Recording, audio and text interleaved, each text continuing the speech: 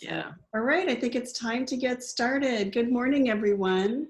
Good morning. I'm Scotty Reese from A Girl's Guide to Cars. Welcome, everybody. I have some folks to introduce you to. First of all, Abby Bassett. Abby, say good morning to everyone. Abby is our yoga master, and she's going to be leading us off on our conference sessions this week, next week, and the week after as we practice and learn yoga for normal people. And she'll give us a little insight to why she chose yoga for normal people and what that means and how you can benefit from. And you don't have to be an expert, I think is a great message, that you can just do it and not feel intimidated or lack confidence. And then Lori Rady. Lori, say hello.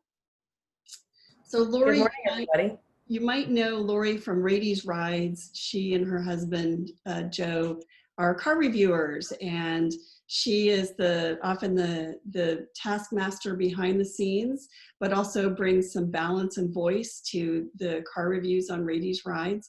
And in her day job, Lori is a executive coach and mindfulness expert and also a yoga master.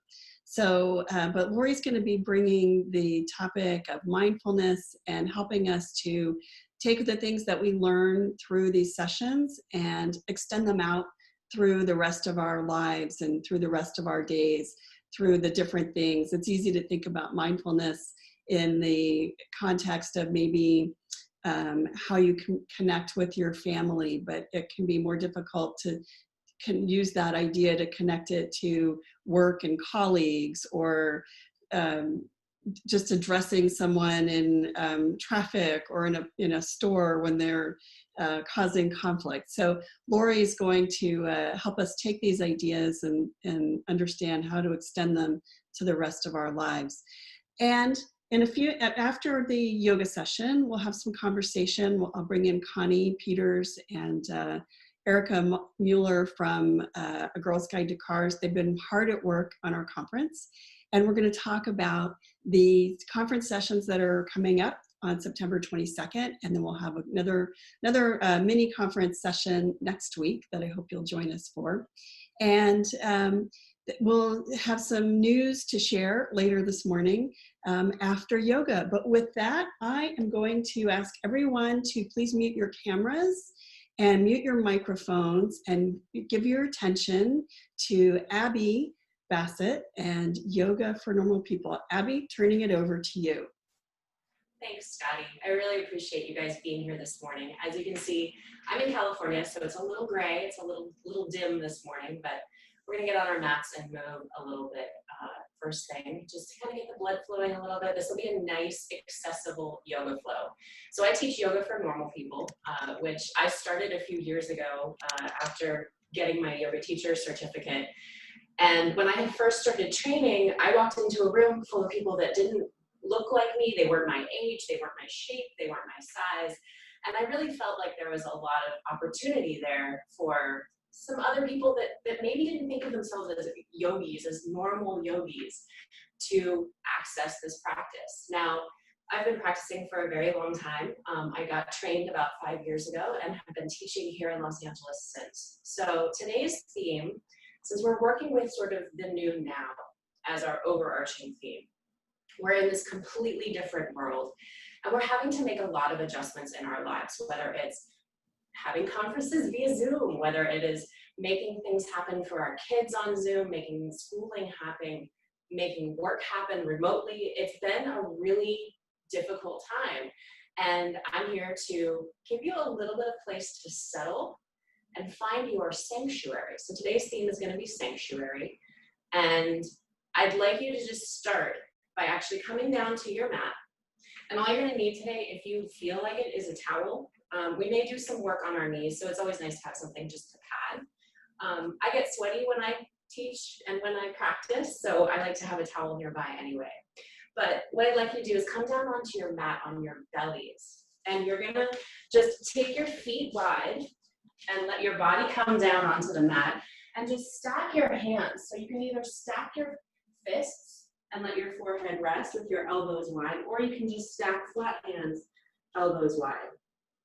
And here, All you need to do is close your eyes and begin to let your breath soften down into the mat. And as you breathe, feel the broadness across the front of your belly, across the front of your ribs. Feel your belly melt down.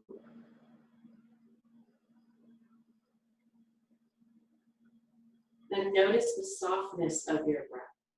Just in this moment, we're just getting started. We're just starting to connect breath and movement. And as you breathe, feel your belly expand into the mat. Feel your chest rise slightly as you move that breath up into your chest, into your heart.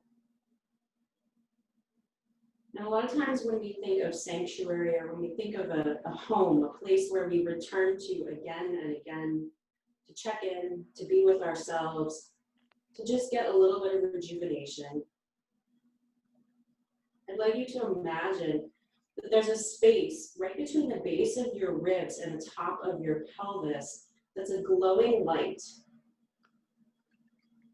And that glowing light is your sanctuary. That's that place that rises and falls with your breath, that allows you to tap into that calmness, that centeredness, that feeling of home. We'll take 2 more breaths just like this. And after your second exhale, on your next inhale, you can lift your head off your hands, take your hands underneath your shoulders, and just give your shoulders a nice little roll here. So if you're like me, you just woke up not too long ago, so you may be feeling a little stiff from overnight, and this just kind of helps loosen up the shoulders a little bit. And then when you're ready, press down, come on up to all fours. So when you come to all fours, stack your hands under your shoulders, your knees under your hips, and just feel the sensation of the ground beneath you. Now, if you need it, you can always grab that towel and pad your knees just to give a little bit of support. Occasionally, I like to do that. It just depends on how sensitive my knees are feeling or how hard or soft your floor is. And ground down. Continue with that breath, that connection to the light in your belly, and feel that light start to flood into your arms, down into your hands, down into your feet. Allow that breath to expand in 3 dimensions, so up into your back body. And then all I'd like you to do is just start to rotate around on the wrists. So just shifting your shoulders over to the right, up through the center, and then over to the left. Just starting to activate the upper back, the upper shoulders, moving the body in a way that feels good, that's a little bit more organic. A lot of the practices that I do are centered around feeling good, finding what feels good. It may not be sort of what you might see in a traditional yoga class, but the trick is to make this accessible, make the sensations of these poses feel good in your body. So once you've done a few of those circles, go ahead and go the opposite direction. So whichever way you were working before, work in the opposite circle. And again, just feeling that warmth in your belly, feeling that heat starting to grow. Once you've done that, go ahead and come back to center, stack your hands under your shoulders, make sure your knees are still stacked under your hips. And then inhale, lift your head, lift your tail. And exhale, round through the spine, as if someone is pulling up from the back of your heart. Let your head fall between your shoulders. Inhale, lift the head, lift the tail, let your heart sink. And exhale to round. Continue to move with your breath, imagining that there's a string attached at the center in between your shoulder blades and then right at your sternum, and it's just gently tugging you forward and letting your heart sink, and then up towards the sky and letting your heart rise.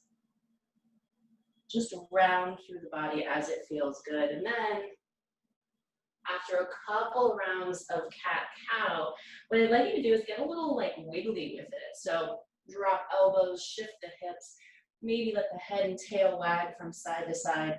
Maybe sit the hips back towards your heels, just finding some movement. And moving with your breath, moving mindfully, paying attention to what sensations may come up. And if you like, you can close your eyes as you do this move. You can just let the body move. Nobody's watching you. That's kind of a nice thing about the new now that we're living in, is that we can practice in our way. We can connect mindfully in our way. Nobody has to put it on, we're not in a big room with people. We're not, out in public. We're in our homes. We're in a place that feels safe, that feels comfortable, in a place where we can be ourselves. Once you've done a few of those little organic cat-cows, I'd like you to take a moment and sit your hips back towards your heels and come into a nice, easy, extended child's pose. So if this is too much on your shoulders, you can take your hands back next to your feet and let your forehead drop towards the mat. But if it feels good to get a little stretch in there, go ahead and take your hands out in front of you. And here, feel your breath expand between your thighs. Feel your belly expand, feel your upper back round. Maybe your breath creeps all the way up towards the back of your neck and expands the shoulder blades across your ribcage. Take a couple more breaths here.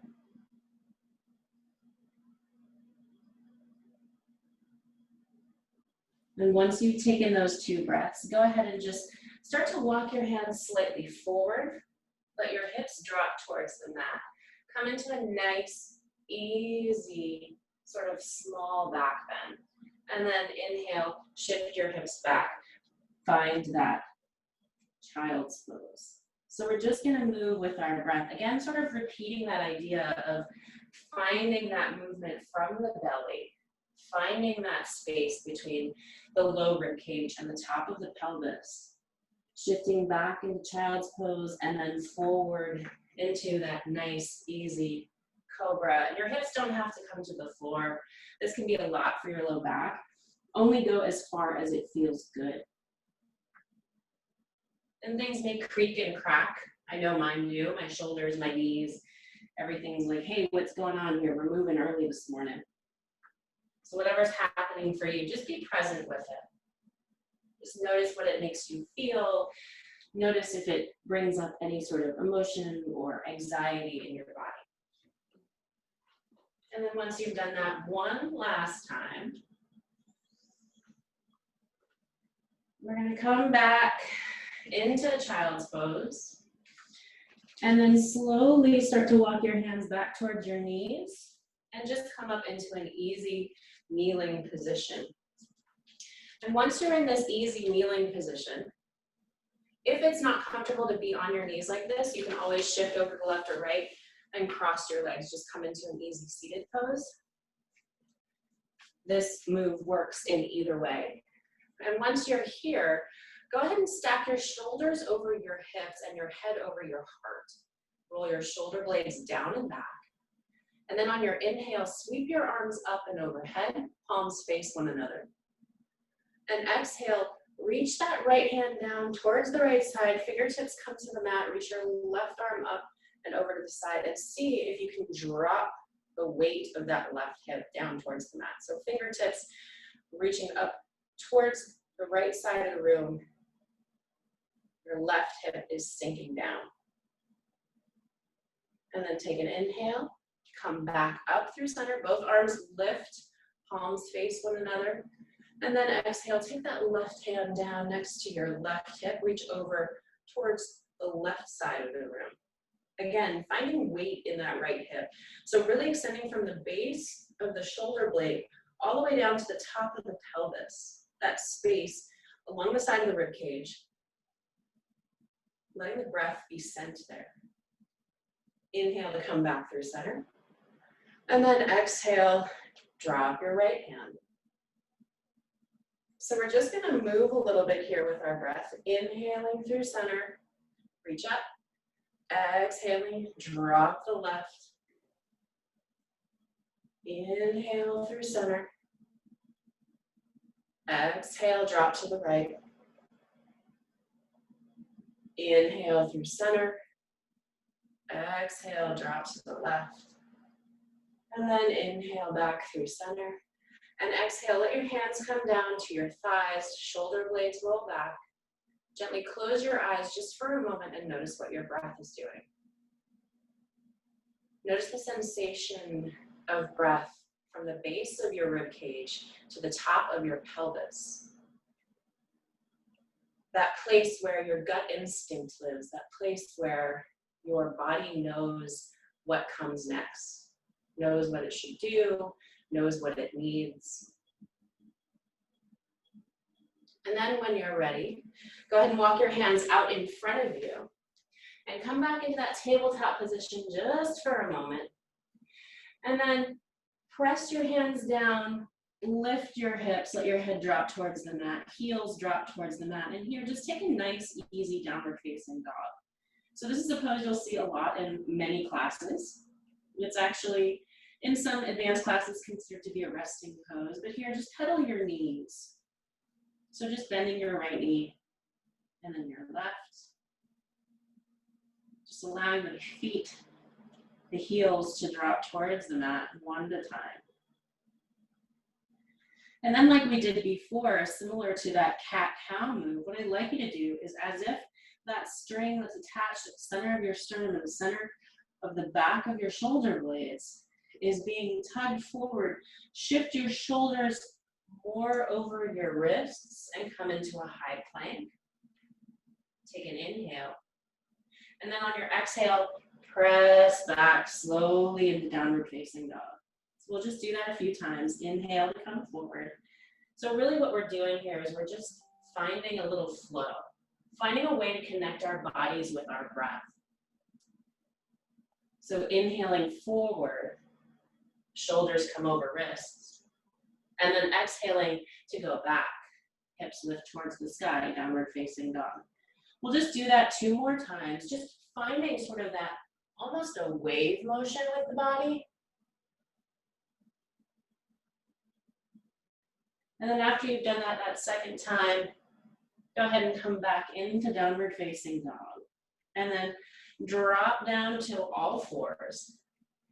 And take a tall kneeling position. So hands come to hips. And we're just gonna take the right foot forward and come into a low kneeling lunge. So here, you should feel a slight stretch into the front of the left thigh. And if you'd like to add to that, you can start to let your hips sink forward, just a little bit. And then once you have those hips slightly forward, if you'd like, you can sweep your arms up and overhead. Reach up through the chest. And then exhale, spin those hands down, frame that front foot just briefly, and then come back into tabletop. Then walk your hands back towards your knees. Take your hands to your hips. And this time we're gonna step that left foot forward. And as you do that, just see how slowly and controlled you can do that. Go ahead and walk that left foot a little bit more forward. Sink your hips slightly more down towards the mat. And then when you're ready, inhale to sweep the arms up. Let the heart lift. Take 2 breaths here. And then exhale. Frame that front foot. Step that left knee back. Come back into tabletop. Walk your hands back towards your hips. Come into that tall kneeling. We're gonna add on. Take your right foot forward. Slide your right hips, or sorry, slide your hips, your whole hips, not your right hips, forward. Inhale to sweep your arms up. And then exhale, take a cactus pose. So palms face forward, elbows go wide, heart lifts. We're expanding the space between the base of the rib cage and the top of the pelvis. Take an inhale here. And then on your exhale, go ahead and frame that front foot if you'd like. Step back, tabletop. And then walk your hands back to your hips and come into the tall kneeling. On your next inhale, step that left foot forward. Let your hips move forward. And then inhale to sweep your arms up. Then exhale, drop those elbows wide. Lift your heart. Come into that cactus pose. Take an inhale here. And an exhale. And then when you're ready, framing that front foot, step that left foot back, tabletop, walking back into tall kneeling. Okay, we're gonna keep adding on to that. We're building on this process. So right foot comes forward. Inhale to sweep the arms up, find your low lunge. Exhale, draw your hands down to your heart center. Lift your sternum into your thumbs, and then slowly from the core, from the belly, rotate over towards your right side. So you're just rotating through the midline. Not hooking our elbow, we're not cranking. Just a gentle rotation. And then exhale, come back through center. When you're ready, you can actually, instead of dropping your hands, you can just slide that right foot back, keeping your hand heart center, and then take your hands back to your hips. Next, take your left foot forward. Sink your hips a little bit lower. Inhale to sweep your arms up. And then exhale, hands come down to heart center. And from here, once again, from that space below the rib cage to the top of the pelvis, twist through the midline. Over towards the left side. Taking a deep breath here. Allowing the body to just twist using muscles instead of like cranking on it with your body, using your arms. Just let your body do the work. Inhale back through center. And then exhale, see if you can step that left foot back. And take your hands back down to your hip. Inhale to step the right foot forward. And this time, we're gonna go ahead and take the left hand, plant it on the inside of the foot, and take that right arm towards the sky. So just a nice low lunge twist. Take an inhale here. And an exhale. And then when you're ready, if you'd like, you can come up onto fingertips on that left hand, tuck the back toes, and then pick up that back leg. So we're now in a high lunge twist. Take a couple breaths here and see if you can elongate from the crown of your head down through your tailbone and your pelvis, as if there's one single line from the top of your head all the way down through your heel. Once you're here, see if you can engage the inner thighs, draw them towards one another. And then lift yourself up, keeping in that rotated high lunge twist. Take an inhale here. And then on your exhale, swing that right hand down towards the floor. Come into a high lunge, facing towards the front of your mat. Take an inhale here. And then exhale. Frame that front foot.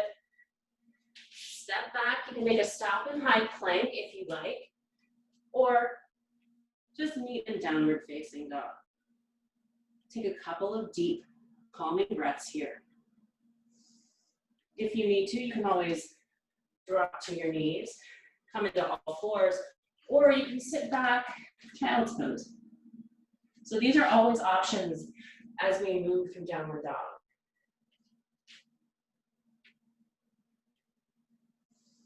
Take one more inhale in downward dog. And then on your exhale, go ahead and come back to that tabletop. Walk your hands back towards your knees. Come into that tall kneeling position. On your next inhale, step that left foot forward. Slowly walk your hips slightly forward. And then inhale, sweep your arms up and overhead. Take a big, deep breath. Fill your belly. And then exhale, take that right hand on the inside of your left foot, and then reach your left arm towards the sky. Nice, easy, low lunge twist.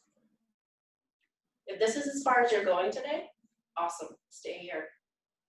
If you'd like to activate through the legs, tuck your right toes, lift the back of your leg, and come into a rotated high lunge.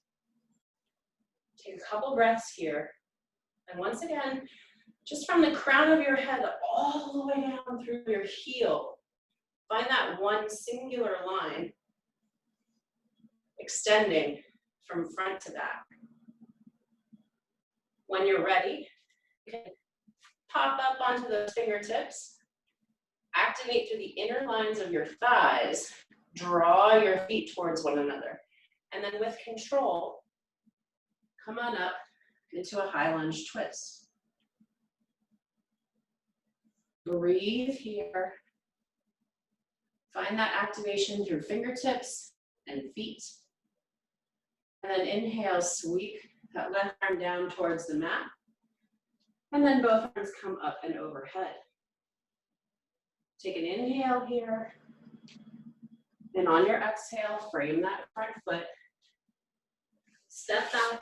You can make a stop and high plank if you like, or press back into downward facing dog. Or just like before, if it's too much, come down to all fours. And you can always sit your hips back towards your heels. So for right now, I'm going to stay in downward dog and just take a couple breaths. Notice what that space between the top of your pelvis and the base of your rib cage feels like.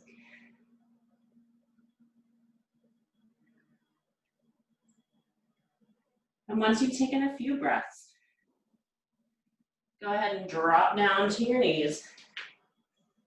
Shift your hips back.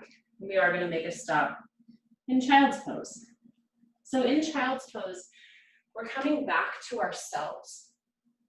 We're returning back to that sense of grounding, that sense of home, that sense of sanctuary. And as you breathe in child's pose, imagine that glowing ball of light right in your belly that expands and contracts with your breath.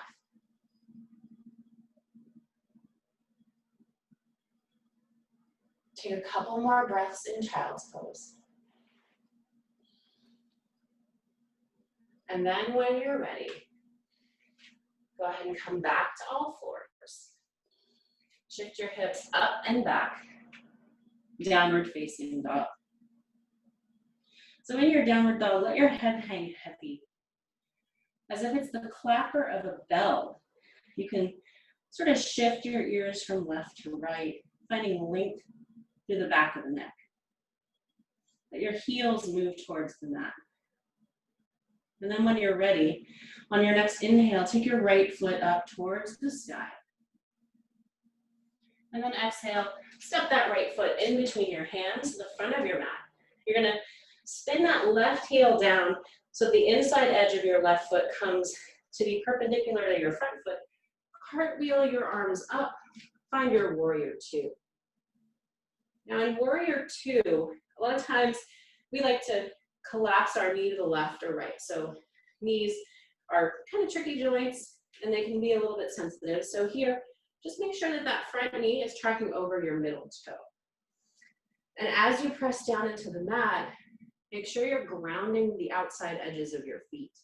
The outside edge of my back foot is down, while the outside edge of my front foot is down. And then take your arms wide, reach front and back. Take an inhale here. And then on your exhale, you're gonna bend that right elbow, place it on top of that right thigh. Reach that left arm towards the sky. So this is a modified version of an extended side angle, which is actually pretty great because it gets into that same space, top of the pelvis, base of the rib cage. Reach your fingertips towards the sky. Take an inhale here. And then on your exhale, go ahead and come back up, warrior two.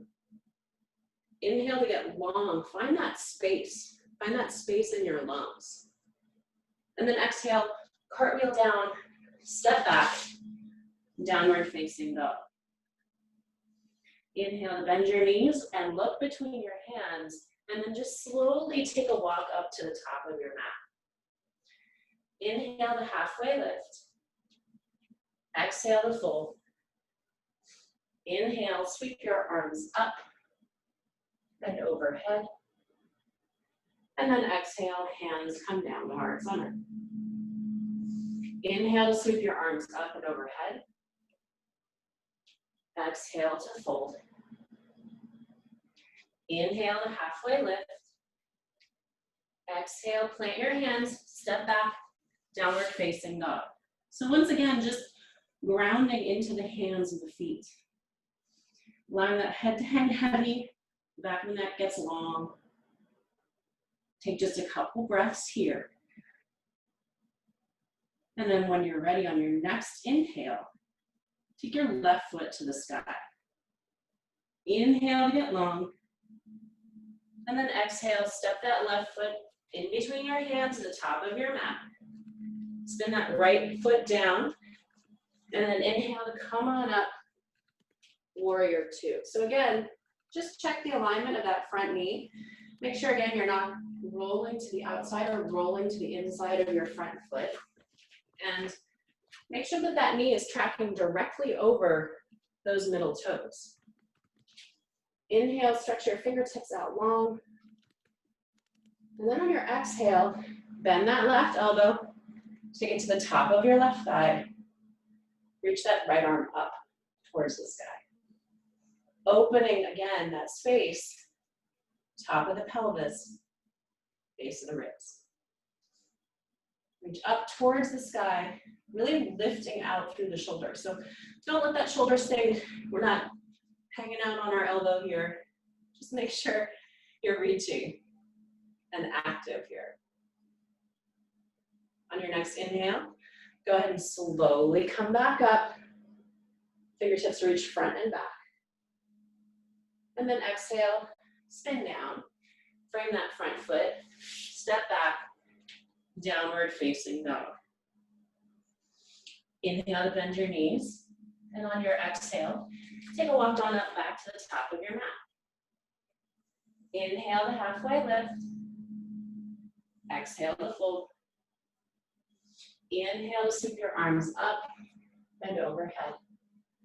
And then exhale, hands come down to heart center. Inhale to sweep up. We're going to build onto that. Exhale to fold. Inhale to halfway lift. Exhale, plant your hands, step back, downward facing dog. Inhale to shift that right foot towards the sky. Exhale, step your right foot in between your hands, spin that left foot down, come into your warrior two. And in your warrior two, again, ground down, reach out. Once you have that warrior two, what I'd like you to do is we're going to focus on a spot either on the wall, on the floor, someplace in front of you, where you can lock your gaze so that you can keep your balance. From here, just slowly creepy crawl that left foot in towards your right. Find your spot on the floor or on the wall. And you're just gonna shift your weight forward until you are balancing on that front foot, coming into a half moon pose. Extend out through the top arm and the bottom arm. Keep your gaze steady. Extend out through the sole of your left foot, like you're standing strongly on the wall behind you. Take an inhale here. And then exhale, bend that right knee and gently and slowly land that left foot. Find your warrior two. Take an inhale here, and then exhale. Find your extended side angle, so right elbow comes to the top of the right thigh. This time, instead of reaching straight up for the sky, see if you can take that arm alongside the ear. Reach from fingertips down to the outside of your foot. Take a couple of breaths. And then on your next inhale, come back up, warrior two. Exhale, spin down, Frame that front foot, step back, downward facing dog. Inhale to bend the knees, look between the hands. Take a walk up to the top of your mat. Inhale to halfway lift. Exhale to fold. Inhale, sweep your arms up and overhead. And then exhale, draw your hands down to heart center. Inhale to sweep up. Exhale to fold. This is our last side. Inhale to halfway lift. Exhale, plant your hands, step back, downward facing dog. Once again, just ground down. Feel the sense of the earth beneath your feet, your hands, and feel gravity tug on the back of your neck. Let it just release the back of the neck. On your next inhale, go ahead and take that left foot towards the sky. Exhale, step your left foot in between your hands, the top of your mat.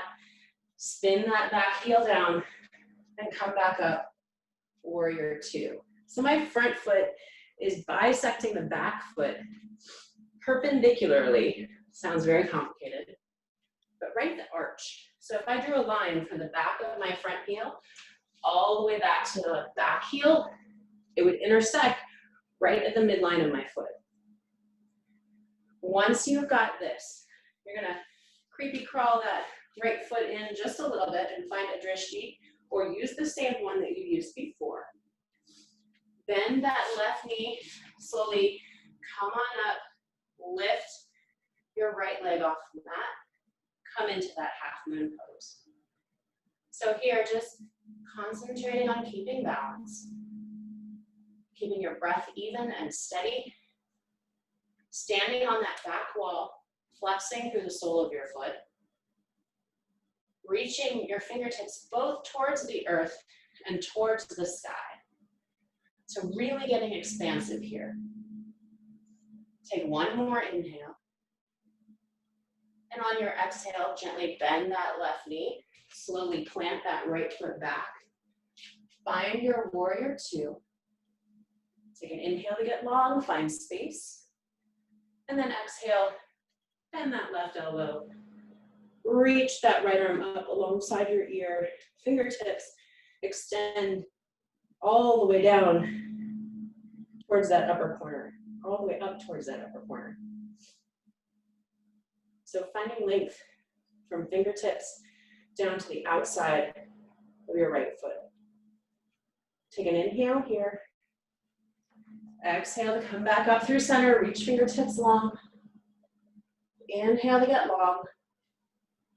Exhale, frame that front foot, step back, downward facing dog. Inhale to bend your knees, look between your hands, and exhale, take a walk on up to the top of your mat. Inhale to halfway lift. Exhale to fold. Inhale to sweep your arms up and overhead. And then exhale, hands come down to heart center.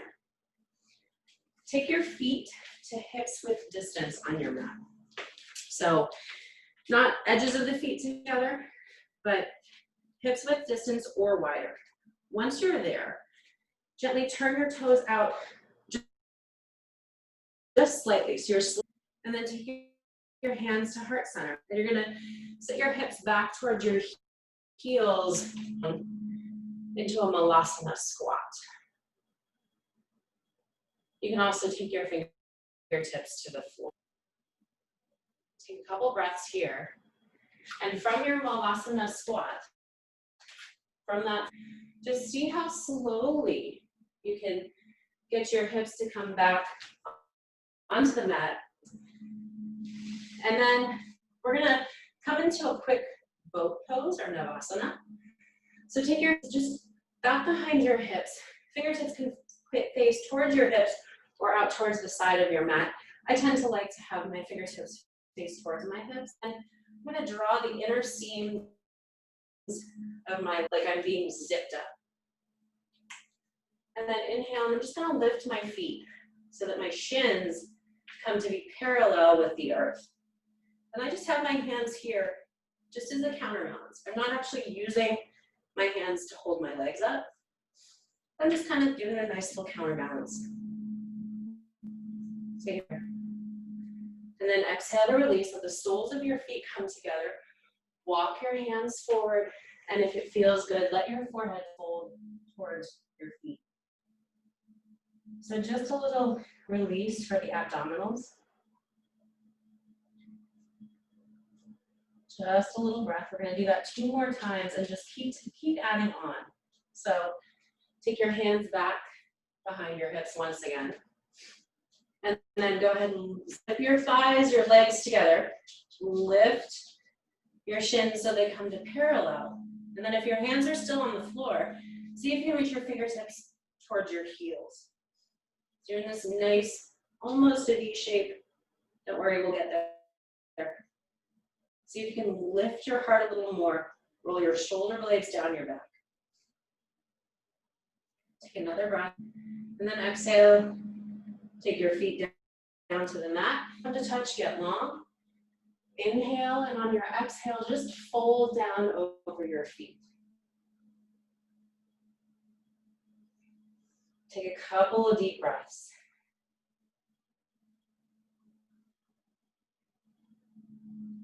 And then when you're ready, just inhale and come back up. Plant your feet, take your hands back behind your hips. This will be our last Navasana. And this is, again, just adding on in complexity. If you feel like you need to do it before, feel free to. These are what my teacher used to call bus stops. You can get on and off the bus wherever you like. And if this is one bus stop too far, go back to that. Your inner thighs and inner legs zip together. On your next inhale, go ahead and pick up your shins. And then see if you can take your legs to or towards straight. And if you'd really like to add on, take those arms out, reach towards your knees. You may rock here. You may find you shake. Not a bad thing. Take 2 more breaths. And then on your exhale, take your feet back down to the mat. Soles of the feet. Grab those ankles, lift your heart, inhale. And exhale, round down over your feet. Take another inhale, another exhale. And then when you're ready, just slowly start to walk yourself back up to a seat.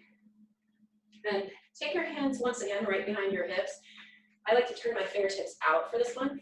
I'm just gonna pick up my right ankle and place it across my left knee. So as if I'm just sitting in a chair here. If this is plenty, stay here. If you'd like to get a little bit of additional stretch along the outside edge of your right knee, walk that left foot in towards your hip. Lift your heart. Flex through the sole of your right foot. And then our third bus stop, if you'd like to take it a little further, you can take the sole of that right foot over towards the left side until it comes to the mat. So a nice twist with our chest lifted. Take 1 more inhale. 1 more exhale. And on your next inhale, go ahead and draw both those legs back to center. Uncross that right foot, plant it down on the mat, and then pick up your left foot. Cross your left ankle across your right knee, flex through the sole of your foot, lift your heart. And if your right foot is a bit out and it feels like this is plenty of stretch for you, stay here.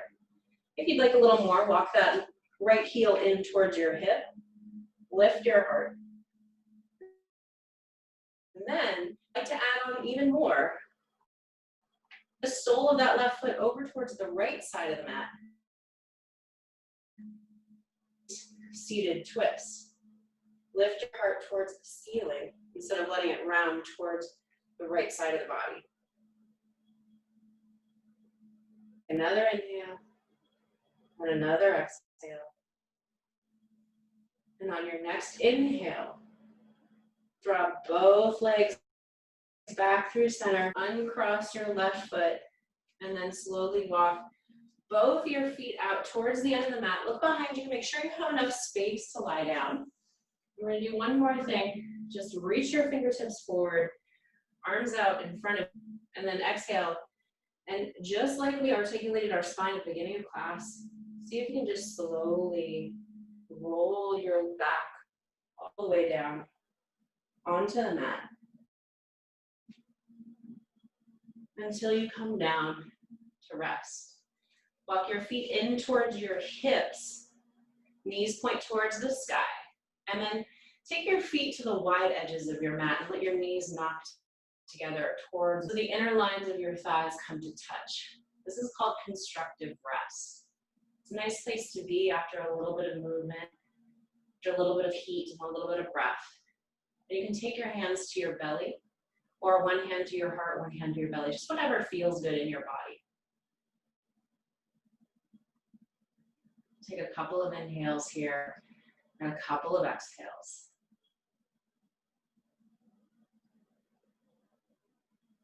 And then just slowly walk your feet back in towards the midline. And we're going to do one last thing before we move into Shavasana and a little bit of guided meditation, which has always been my favorite part of the practice. So draw your knees in towards your chest. Take your hands to your knees or to your shins, your ankles, whatever is reachable. And then on your next inhale, what I'd like you to do is ball up into the tightest ball possible. Scrunch all of your muscles. So scrunch the muscles in your face, your hands, your shoulders, your belly, your feet, everything. And then exhale, let it all go. Take up space on your mat and find a comfortable Shavasana. So we'll be here for just a little bit as we move through a guided meditation. If you need to, you can grab your towel, you can roll it up and place it underneath your neck, place it under your head, and place it across your belly, which is also a really nice place to be. And just let your breath go. Just sigh it out. Allow your body to settle.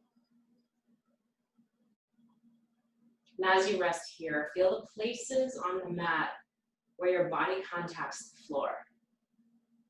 So the backs of your heels, backs of your calves, back of your hips, your mid-back, upper back, backs of your shoulder blades, and the back of your head.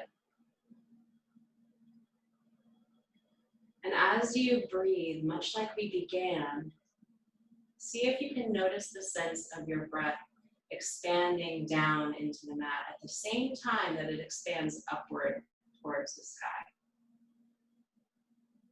Notice what it feels like to breathe in and out into that space below the rib cage and above the pelvis.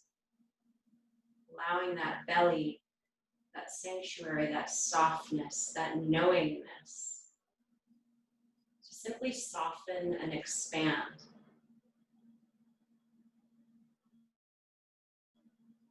And we'll imagine that that ball of light at your belly is expanding and reaching out into the rest of your tissues, your bones, your muscles. Okay, exhale, let your body rest down on the mat, letting that light pour through the back body. Inhaling to extend the light. Exhaling to soften it.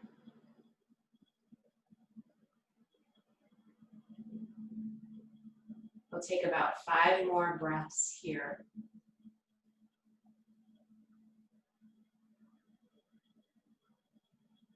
And after you've taken your 5th breath, you can gently start to invite waves of movement back into your fingertips, your toe tips, and gently turn your head side to the other. And then when you're ready, just roll left or right side, allowing your head to come to rest on your arm.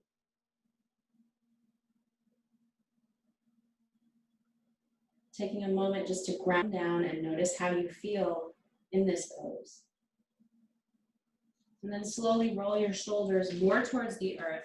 Press down to slowly sit up and find an easy seat with your eyes closed just for a moment. You can let your hands rest on your thighs, or if it feels good, you can take your hands to heart center, let the palms press against one another. Feel your sternum lift into your thumbs as your thumbs press down into your sternum. Bow your head towards your heart and offer up a moment of gratitude for this ability to find sanctuary in our bodies, in our breath, and in our minds as we move, as we do difficult poses, as we go through difficult phases of into that place of light and love and hope. Thank you so much for joining For Normal People. All of the love and light in me bows to and honors all the love and light in each one of you. Thank you so much. Thank you, Abby. I want to stay in that relaxed position on the floor and take a nap. Yep, you know what? It's my favorite pose, to be honest, and like it's the whole point of yoga in general. And it definitely is like after moving and stuff, it's the best place to be after spending some time on the mat. It allows you to discharge some of that stress, even at this early hour on a Tuesday morning after a long weekend. You would think there would be no stress, but there is, and it allows us to enter into the day and the week with by getting rid of all of that and starting with this clean slate. We had some questions from the people on the webcast who were practicing along with you. And so I thought maybe I would go through some of the questions here. If you have a question, you can ask in the Huva app, or if you have access to the chat section on the webcast, you can ask there as well. And I'm going to go through some of these, Abby, because I think there's some good questions. And then let's talk about your practice, Yoga for Normal People. But one of the questions that we got, which I think is a really good one for everyone, can you practice yoga starting with zero exercise? So many of us have been on lockdown and haven't, been stuck in our homes and haven't been going to the gym and haven't even been doing sort of the normal things that we do, normal sort of walking around through life. Tell us about what we should think about if we're starting from zero. So even if you're starting from zero, the thing about yoga is there's a saying in yoga that there's no step along the path of yoga that is ever wasted. So no matter where you are, where you've been, whether it's physically, mentally, emotionally, any of it, yoga is accessible. And yoga can mean a lot of things. It can be a meditation practice, a mindfulness practice, a small movement practice. A lot of times, to be honest, my own practice, I'm busy and I have a lot of stuff going on, and I teach yoga, but I'm also a full-time freelance writer and journalist. And when things are normal, I'm traveling all the time. So finding time to practice and finding time to get on my mat is really hard, and it takes a lot of motivation.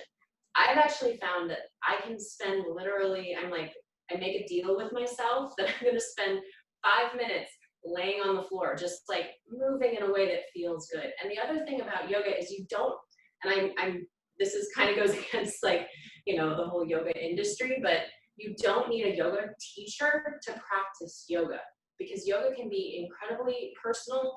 It can mean that you don't necessarily do what's considered to be a traditional pose or a traditional movement, but just moving and stretching and putting, constructive stress, if you will, in a way that builds heat, that gets your muscles moving, teaches us in a lot of ways how to manage stress in our daily lives, that teaches us how to create that sanctuary that we can come back to on a regular basis.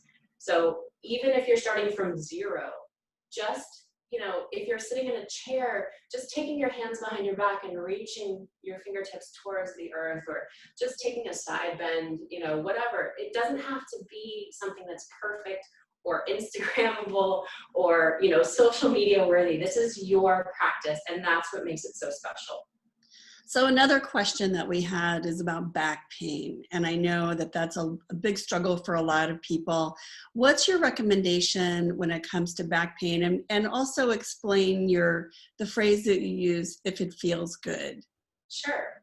So back pain can be caused by a variety of things. It can be caused by compression in the spine. It can be caused by tight hamstrings, tight hips. A lot of times in our modern sort of era, we sit a lot. So a majority of back pain, sometimes, as long as there's not like an actual like impact injury, or if you've been in a car accident, or something that you're under doctor's care for, a lot of times back pain originates from tight hips, hamstrings, glutes, quads. So when it comes to sort of practicing yoga, those cat-cow poses, so the ones where we're on all fours and just lifting head, lifting tail, just mobilizing that low back, and doing sort of that movement that just kind of articulates through the pelvis. Also stretching, especially like hamstrings and glutes, is really, really helpful.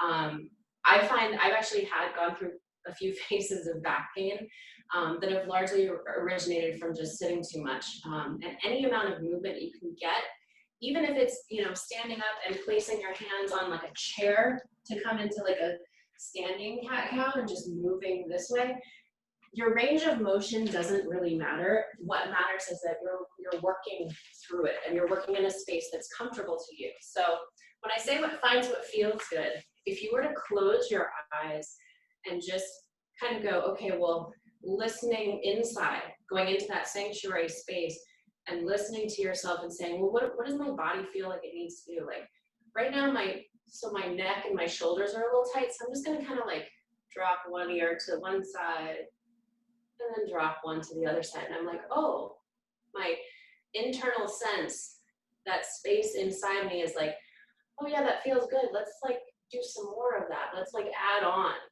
And from there you just kind of find this organic movement that feels right for your body, where you are, and it meets you continually on the mat where you are every time. So it doesn't have to, my practice does not look the same from day to day. Some days I'm super active, some days I'm like, I'm just gonna lay on the floor and roll around. But it depends. I develop that sense of sanctuary, that sense of space inside you that tells you what you need. And that's what I mean by find what feels good. Well, that's such great advice, because I feel like very often when I take a class or participate in some sort of exercise activity, I feel the pressure to keep up or to do as well as the instructor, and realize how silly that is. This instructor does this, many hours a day and has for many years, and I'm brand new to it or relatively new to it. So there's no expectation that I should be doing as well as she does or he does. And so I feel like that's we hold ourselves to a very unfair standard often when it comes to exercise, which I think is one of the reasons so many of us struggle. I'll speak for myself. So many of us struggle with it, and maybe don't have the longer term commitment or don't make it a part of our regular lives because we feel like we don't measure up. So I appreciate that. Tell us about where we can find Yoga for Normal People. Sure. So I am online, as most things are today in this this new normal. I love to teach. I do it because I'm passionate about it. So I have a few YouTube videos that you can do. They're all free. If you'd like to practice with me more regularly, I recently started a video site where you can join at any time. I teach at least once a week live. So if you want to join me for live sessions, we can work on specific things. Right now I'm working through a series on anxiety. So a lot of times we hold anxiety in our mind and we think of it as like a mental thing. But anxiety has a tendency to sort of lodge within the body in ways that we don't expect it. So tension that shows up in shoulders, in belly, in hips, in psoas, like deep muscle kind of tension, is a result of anxiety. So I'm working through an 8-week series with some students I have on anxiety and how to deal with that in our bodies. But you can find me at yogafornormalpeople.com. You can also follow me on Instagram and all of my live sessions and my classes. And I have a little membership site if you feel like you'd like to do that. I would love to have you guys. And I'm so grateful to be here, Scotty. Thank you so much. Well, thank you, Abby. And the video from today's practice, today's lesson, will go up on our YouTube channel sometime in the next few days. And so if you would like to come back and enjoy the session again, it'll be on our YouTube channel. And then Abby will be with us next Tuesday again, 7 a.m. Pacific, 10 a.m. Central, 10 a.m. Eastern, 9 a.m. Central, for another yoga session to kick off our conversation about how we're living life, living our best life in the new now. Thank you so much, Abby, for joining us today. And I'm going to join, now we're going to chat with Lori Rady. And so let me see if I can, I'm going to stop your video, Abby. So thank you so much, Abby. Lori, welcome to the new now. I know that you were giving some comments in the chat on the Huva app about yoga. Tell us a little bit about your background, both as a yoga instructor and as a mindfulness professional. Sure, I'd love to. Yeah, I've been teaching yoga since 2003, and I owned my own yoga studio for a number of years. I've actually opened up a couple of yoga studios and got my 15 minutes of fame was in Oprah magazine in 2010. I had a couple features there, so that was pretty exciting. And since 2010, I really shifted gears and have really tried to take yoga off the mat and into the world. And, you know, I think, Abby, that first of all, the class was exactly what I needed this morning. And I love her thoughts and feedback on feeling things from the inside, because that's really where mindfulness comes into play. You know, chronic stress is real. And a lot of times we talk about, oh, I'm just so stressed out, and we all laugh about it. But truly, chronic stress, if we don't do anything about it, can manifest into physical chronic symptoms that could be life-threatening. And so that's one of the things that's really inspired me for my own personal journey, as well as my mom, who's a widow, and she has type 1 diabetes, you know, helping people, you know, work through some of these challenges, whether they're emotional or they're physical. With yoga, mindfulness, and meditation, there are tremendous benefits to doing so. And a lot of folks in the corporate world struggle more than you know, those of us that are professional yogis who we get to do yoga all the time. So it's something that I'm very passionate about. Yeah, you know, it's interesting that you talk about the corporate world, and I know that's where you spend a lot of your time executive coaching and working with corporate teams to help them manage the stress and the workload and the culture that they're working in. And we've been through a period of just profound and unprecedented, two words that we use all the time now, but really a time that we not only could not have anticipated, but not have anticipated how to manage through what we're going through and what it continues. And we don't, you know, we thought we would see an end to this when it first started in March. We thought, oh, by May or June we'll be done and life will be back to normal.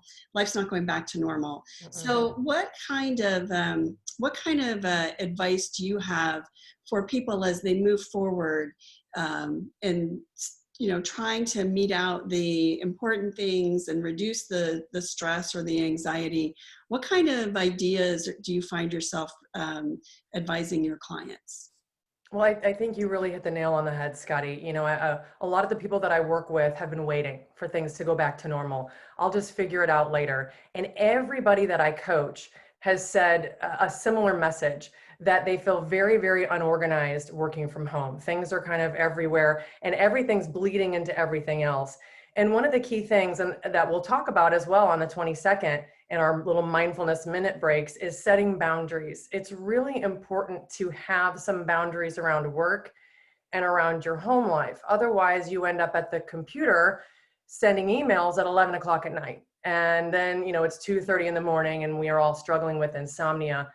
You know, and it's just a challenge like never before when you're trying to figure out, okay, now how am I going to do this with the kids? And are they going back to school? Aren't they going back to school? And so it's important to first and foremost address it. You know, we can't run from this. There's nowhere that any of us can run and hide. And so the advice that, Abby, shared during her session is really easy to take off the mat and into our world, where we sit with those feelings, breathe through those feelings, and then we can apply mindfulness in a way that we respond with a skillful reaction rather than quick, hurry up, I got to make some decisions. It's something that's intentional. Living from that place of intentionality feels so good. And if we pause for just a moment, take some of those deep breaths, we're more likely to be able to do that. So intention, which is so hard. I find that organizing my day is something that I do. I spend a lot of time doing, and then, one email and it's gone. Yeah. So yes. I have to find moments during the day where I take a breath and I go back to, okay, what's important? What do I need to accomplish? But prioritizing is key. Yeah. And that kind of comes back to the boundaries, right? We have to, because gosh, when we think about, there's always something to do, and the mind loves to be busy. The mind's a lot like a puppy dog in a lot of ways. The mind loves to chew on something. Give me something to figure out. Give me something I have to solve. And the mind wants a resolution so that it can move on to the next thing. And once we understand the nature of the mind, then we can stop feeding it, right? We can throttle back a little bit and create some gaps between these sort of habitual, incessant thoughts, where peace is, where we can find intention and live from that place where we feel like we're thriving rather than just treading water. Right. So I appreciate your time with us this morning, and thank you again for answering the questions during the yoga. That was really helpful. I didn't anticipate that you would do that, and really glad that you were here to help people understand. And so tell us about your business, Lori. Where can people find more about you? So I'm on LinkedIn, but I spend a lot of my time on Instagram. And one of the things I love doing is incorporating yoga and mindfulness into every single thing that I do, whether it's helping Rady's rides and talking about cars and really just being in the moment. That's one of the things, all of us here are in some way, shape, or form interested in cars and that sort of thing. And gosh, we can really be mindful when we're in an Acura NSX or some type of performance car. So taking some of those ideas out of the little compartmentalized room that we're all in and bringing it into the world and living our truest, fullest life. So please check me out on Instagram, and hopefully I'll see you guys next week. All right. Thank you so much. And yes, you'll join us again next week. And we're going to continue the conversation and turn it a little bit more to cars next week. But right now, I'm going to bring on Connie Peters. And so I would like Connie to join us, and Erica Mueller. There's Connie. Hi, Connie. Hello. And we'll find Erica here. And if Erica is available, she can join us too. There's Erica. So I want everyone to meet the team behind our conference. Connie and Erica have been hard at work with me and all of our writers and all of our influencers, our whole sort of community of women who come together on the site and through our social media channels to help connect people to their cars and to help us to live a better life inside of our cars by creating a conversation that's relevant to how you live in your cars. And I'll say this, and everybody's going to laugh, but when you go to most car sites looking for, I need a new car and I need a third row and I've got 2 kids in car seats and one in a booster or whatever. And then you look for car information, and it tells you like all the 0 to 60 and all the, performance specs and all the stuff. And that doesn't help me buy a car with a third row, unless I really want my children to be throwing up in the third row. So that's it's a tough question that I think a lot of automotive content doesn't really answer. And so I think we're going to have a baby viewing here in a moment, you guys. Erica's getting set up so she can show us the baby Ella. Hi, baby Ella. So when it comes to our cars and how we live our lives in our cars, our mission, the Girls Guide to Cars mission has been to approach car ownership and time in cars the same way that you do. And so Connie and Erica have been part of this mission for some time and helping us to bring all of our writers and all of our influencers into the conversation so that we can bring this conference to you to not only talk about cars and how we live our lives in our cars, but also how we can have a better life based on these amazing machines that sit in our driveway, that enable our vacations, that we have our homeschooling lessons in now, which we maybe did a little homework in the past, but now can be even more core to our daily routines and school and doctor's appointments and shopping and curbside pickup and all the things that we're doing in our cars. They're so much more important. So our mission is with this conference is to help you guys live a better life and to understand the things that happen in our cars and the things that our cars can do for us in a more integral way, and to help you be happier when it comes to not only your cars, but also your overall life. So Connie, I'm going to start with you. Why don't you tell us a little bit about the Lincoln session and what we're going to hear from Lincoln. And I'm going to kick that off before you get started. We have confirmed that Calm, and I hope you guys know the Calm app. Calm is going to be sending a speaker to our Lincoln session. But why don't you tell us a little bit about the cars that we've been in and the ideas behind the cars from Lincoln that we're going to hear on our conference? Well, the cars we're focusing on are the Corsair and the Aviator, and they're their new SUVs for 2020. They are luxurious inside and out. I was in the Corsair for a week and I was blown away by the blue interior, something that you wouldn't think is important, but I fell in love with that interior more and more every day. But Lincoln's whole premise with these new SUVs is sanctuary and Calm, and that's their connection with the Calm app. And I really did feel that sanctuary in the Corsair, and hearing from the experts at Lincoln, getting to know the car a little bit better in their session was eye-opening and surprising, and I can't wait to share that with everyone. Yeah, and it's interesting that Lincoln has been thinking about the idea of sanctuary and calm for a while.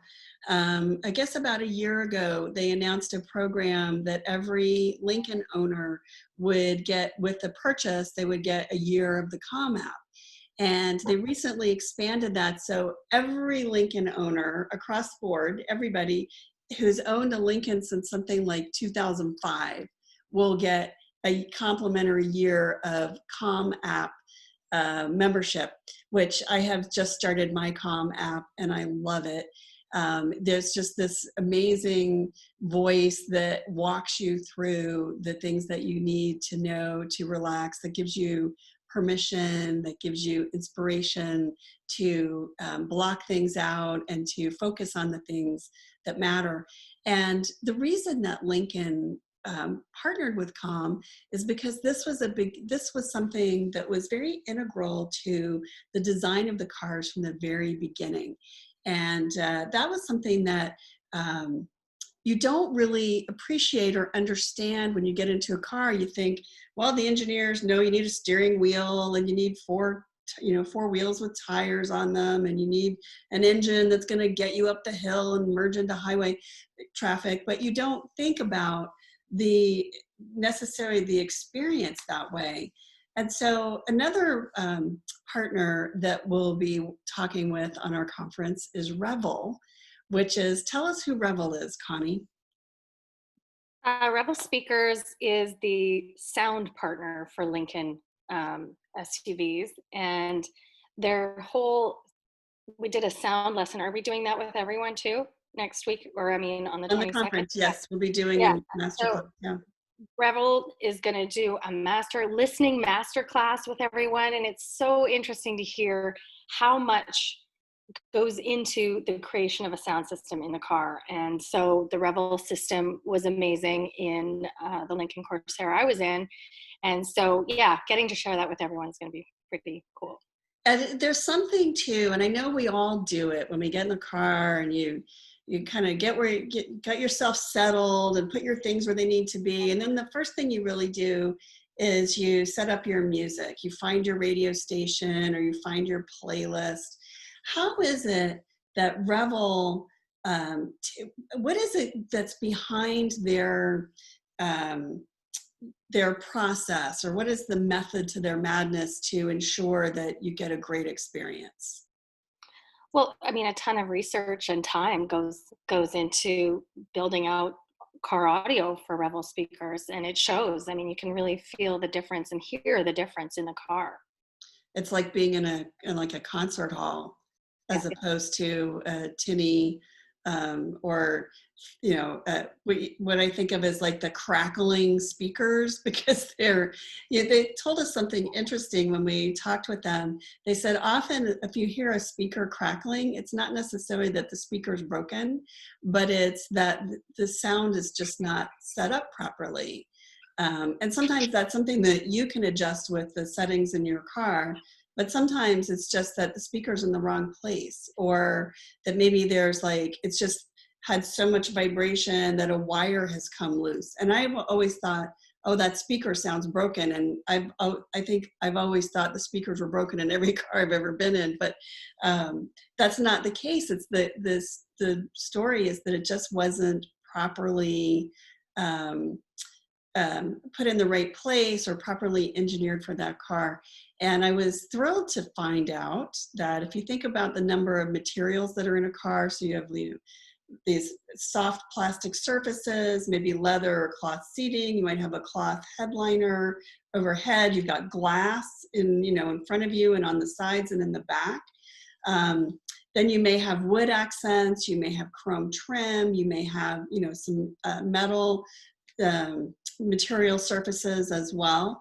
And so one of the things that Revel does is they accommodate for all of those and know which materials are going to be in which place and which sounds are going to bounce off which things, so that they can properly recreate that sound, which is amazing to me, because how many different types of music are there? Like thousands. And so they created a system that can accommodate any of those types of music. So whether you're, I think Kristen Shaw said it, whether you're listening to Rachmaninoff or Rage Against the Machine, it all sounds good, which was fantastic. So thank you, Connie, for sharing. I'm gonna jump over to Erica. Erica, if you'll unmute. Because I'd love for you to tell us a little bit about what we're going to hear from another one of our partners on Toyota. Give us a little walkthrough of what we're going to learn from Toyota. Hey guys. So Toyota is featuring in this their 2021 Venza. That's a vehicle that was around several years ago. They discontinued it and now they're bringing it back. So it's kind of a crossover, a little bigger than maybe like an Avalon because it's long with the hatchback, but it's still only a 2-row. So it's not 3-row like the Highlander. It's really, really beautiful, and it just kind of fits that demographic in between somebody who wants the sedan and somebody who wants, a 3-row SUV or even something a little taller like a RAV4. So it's a very sophisticated vehicle. It's very beautiful. And then the other vehicle that they're featuring for this conference is the 2020 Highlander Hybrid. So the Highlander is an extremely popular car, especially with moms, because of that 3rd row, and it's really pretty. But this in particular is the hybrid version. And on that note, the Venza is hybrid only. That is the only way that you can buy it. So Toyota has been working really hard on hybrids for quite a while. I've driven several of them, and they do a very, very good job with their hybrid vehicles. So I'm really excited. And I know that the Sienna is not a part of this conference as one of the featured vehicles, but they also announced recently that that will now be coming standard as a hybrid. So that's some really exciting things. Nobody else is really doing that yet, saying, oh, this car is only a hybrid. And so I'm excited to learn about the Venza because I've always thought that it was beautiful. And then, baby's trying to help. Multitasking. This is how we live our lives right now, right? Because if we were to get a third row SUV, that would definitely be on our list, especially with it being that hybrid and having such great fuel economy. So I believe we're going to learn about the cars, but then we're also going to learn some about their Special Olympics team, and the whole theme for Toyota will be doing the impossible. Start your impossible. So Toyota, yeah, you guys probably know Toyota has been an Olympic sponsor the last few years, and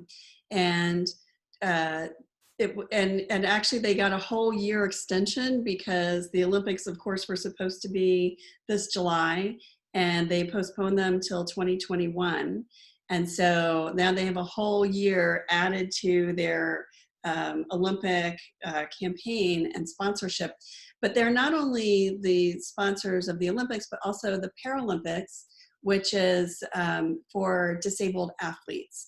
And the cool thing about the Paralympics is that it offers an opportunity for people who have a disability to compete in a way that they never imagined when they became disabled, or as they work through their disability to just even do normal everyday things. A lot of these people develop what I would think of as superpowers. And we're going to hear from an athlete named Elena Nichols. She is a new mom. She also is an alpine skier, and she is a wheelchair basketball player. And she medaled in the last Olympics. And actually she's in a wheelchair. She has some use of her legs, but really it's that upper body strength that propels her. She's been an athlete her whole life. And to the idea of not being able to be an athlete was something that was incomprehensible to her. So she became I believe she became a basketball player first and then an alpine skier. We're going to let her tell you the story. That'll be on September 22nd. And the thing that I love the most about the story about the hybrids, and then the story about the Olympics and especially the Paralympian athletes, is that those are two very impossible ideas. And when Toyota started with hybrid technology, everyone said they were out of their minds, that not only would no one care about hybrid technology, because when they rolled out the Prius, the price of gas was only $1 and something a gallon. It was probably less than $1 a gallon in a lot of places. But in California and New York, I lived in New York at the time, I was paying about $1.12 a gallon. It was incredibly cheap. And nobody really needed a fuel efficient car. But a short, 10 years later, gas was over $4 a gallon. And all of a sudden, those Prius hybrids were in huge demand. Well, Toyota had planned to roll out the hybrid technology into cars that people did not want hybrid technology, like the Highlander. So I was a Gen 1 owner. I bought one of the very first Highlander hybrids that was available. And it was a life changer. It really, I see baby toes. That was too cute, Erica. So it was that Highlander hybrid changed my life, but I always saw it as an outlier, not as a mainstream vehicle. And so the impossible that Toyota will be presenting is to draw the lines between how athletes achieve their impossible and how we as consumers can achieve our impossible, which is getting towards a future where our fuel is more sustainable, that we're not drawing on unsustainable sources, that we're able to make our cars go further on less fuel, and that they can do more for us, that provide more assistance, they provide more safety and things like that. So thank you for the backgrounder on that. The other sponsor that I'll give a brief intro to, and we'll talk more about this next week, is Volkswagen. Volkswagen is going to be with us, and we're going to be talking about the VW Atlas. One of my favorite cars of all time. And I won't share too much about that right now, other than to say that as a 3-row family SUV that does it all, the Atlas is, I think, one of the, it's been very popular and it's sold really well, but I still think it's a little bit of an underrated or maybe an outlier vehicle, because it is just awesome. The space, the capability, it's very nicely done inside. And it's a car that I'm a big fan of. So I'm really excited to have Volkswagen with us. But I want to share with you one last thing before we go. And that is a sneak peek at the swag bag. So if you guys haven't seen our swag bag, trying to get that centered there, our swag bag promo, we actually have some stuff added to it, but I'll show you some of the things that are going to be in that swag bag. So for instance, we've got this Lincoln. So you'll either get a Lincoln Swell bottle, which I'm super excited about because who doesn't love their Swell bottle? Or you will get a Lincoln Sanctuary candle, this sucker, this guy. And it smells like, oh my gosh, it's got some cinnamon. I think it's got maybe some nutmeg. It smells like the holidays. So you know that great smell that your house takes on when you've been baking cookies and you've been maybe a nice hearty casserole, and some of those fragrances linger around the house. Well, that's what's in this candle, and it smells so good. So I am very excited to share that with you. And I want to make sure that everybody's muted because I'm hearing some. So everybody will either get the swell bottle or the candle, and some people will get a moleskin notepad for taking notes and a Lincoln pen to go with it. We will also, everybody will get a Team USA visor, so you'll be able to participate along with Team USA, and then all of it will come in this very nifty, handy Girls Guide to Cars gift bag. So the first 200 people who attend the majority of the sessions, and our sessions do run from 9 till 2, 9 a.m. Central to 2 p.m. Central. So I realize it's a long day. All sessions will be recorded and available on YouTube, so you can always come back and view our sessions later. But the first 200 to attend the majority of the sessions will get a gift bag in the mail from us. We're going to be mailing out those gift bags the day after, so it will be shortly after. And there's some other surprises to come too. We've got a little more swag from Toyota. We're going to have some swag from Revel, and I believe we'll have some swag from Volkswagen as well. So lots of good prizes and swag to come, and then we'll also have some prizes that we're giving away at the end of each session. So a raffle drawing based on the from the people who are live in the session at the time. So I appreciate, you guys have stuck with us this morning, and I appreciate your time, and I hope that you enjoyed the yoga with Abby and mindfulness with Lori Rady, and then also a sneak peek into our conference. We'll be back here next Tuesday at 7 a.m. Pacific, 10 a.m. Central with more yoga and another sneak peek at the conference, a little more detail, a little more excitement. We'll have some more announcements by then, and I look forward to seeing you then. Thank you for spending part of your Tuesday with us. Have a great week, everyone. Pay attention to or check back on our socials for news and announcements. There's Connie. Thank you, Connie. Thank you, Erica, Abby, Lori. Thank you so much for being with us today. Have a great Tuesday, everyone.